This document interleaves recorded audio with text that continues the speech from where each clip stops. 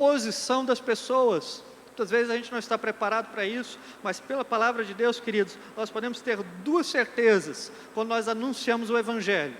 A primeira delas, sempre haverá quem crer, sempre haverão aqueles que serão tocados, sempre haverá aqueles que serão convencidos do seu pecado, da justiça de Deus e do juízo, e entregarão suas vidas a Cristo, mas sempre haverá aqueles que vão se opor, sempre. Quando nós lemos Atos 13, quando eles chegam aqui, logo no comecinho, quando eles chegam, no verso de número 6, à ilha de Pafos, já há um certo judeu, chamado Bar Jesus, que se opõe à pregação de Paulo.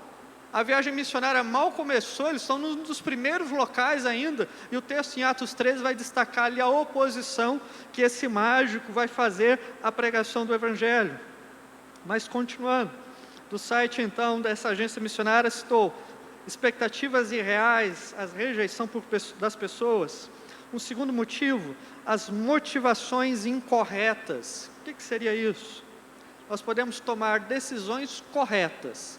Eu vou me envolver com a obra missionária, eu vou lá anunciar o Evangelho em tal lugar, mas a motivação ser errada. A decisão externa foi certa, mas a motivação, aquilo que me leva a tomar tal decisão estava equivocado. Não, eu vou para lá porque, a minha casa é cheia de problema, a minha família é toda complicada, é um jeito de eu escapar aqui. É um escape. É uma decisão correta com uma motivação equivocada.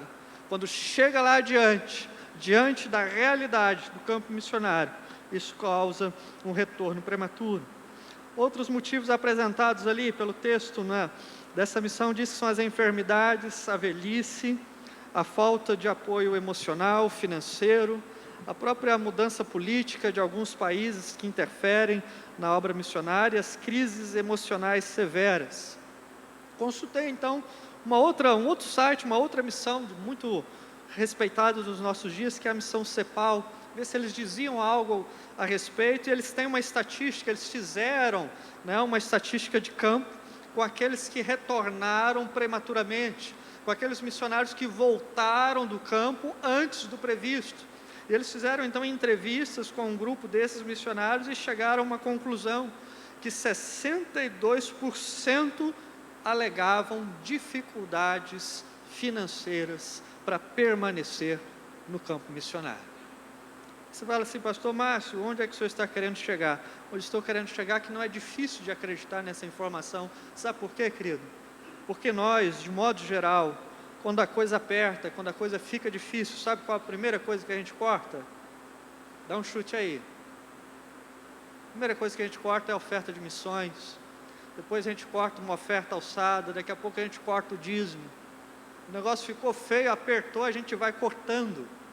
E aí então, quando a agência de missões CEPAL destaca que o maior motivo, a falta de suporte financeiro, ser apontado como o maior motivo de retorno prematuro daqueles que foram para o campo, em outras palavras, é dizer o seguinte: eles foram enviados por uma igreja, enviados por uma agência, eles tinham mantenedores que estavam certos com eles, mas em um dado momento, aquele recurso falhou, aquele recurso faltou, e eles retornaram.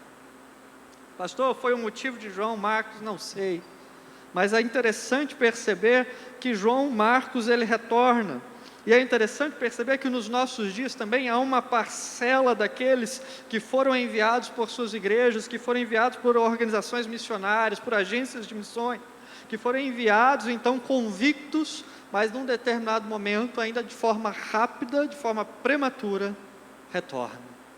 Mas parte desse retorno por causa da falta da assistência daqueles que ficaram. E aí nós vemos a importância, irmãos, daquele, como disse na descrição de William Carey, quando ele é desafiado à obra missionária, ele diz o seguinte: olha, ir às missões é como descer um grande buraco, mas ele diz, eu vou, mas se vocês ficarem segurando as cordas. E aqui, amados, nós estamos segurando as cordas. Aqui, amados, nós estamos segurando as cordas do Nadson e da sua família. Nós estamos aqui segurando as cordas do Everton e da sua família, que estão num lugar onde, neste momento, nós não podemos estar. estão ali sendo desafiados a anunciar o Evangelho no sertão nordestino. Nós estamos aqui literalmente segurando essas cordas. Eles desceram, eles foram ao local onde nós não podemos ir neste momento, mas ficamos aqui certos, ficamos aqui comprometidos desse auxílio, desse apoio e de manter esse trabalho. Então aqui João Marcos ele retorna. Nós não sabemos o motivo, mas nós sabemos o porquê que retornam nos nossos dias. Mas a história vai continuar. Aqui nesse primeiro ponto eu quero refletir com os irmãos, queridos, sobre nós. Enquanto agora aqueles que estão nos bastidores, enquanto aqueles que ainda nós não estamos na linha de frente, mas as nossas orações, o nosso apoio emocional e os nossos recursos financeiros são essenciais para aqueles que estão lá à frente, para aqueles que tomaram a linha de frente. Eles não podem se sentir lá sozinhos, eles não podem se sentir lá desamparados, eles não podem se sentir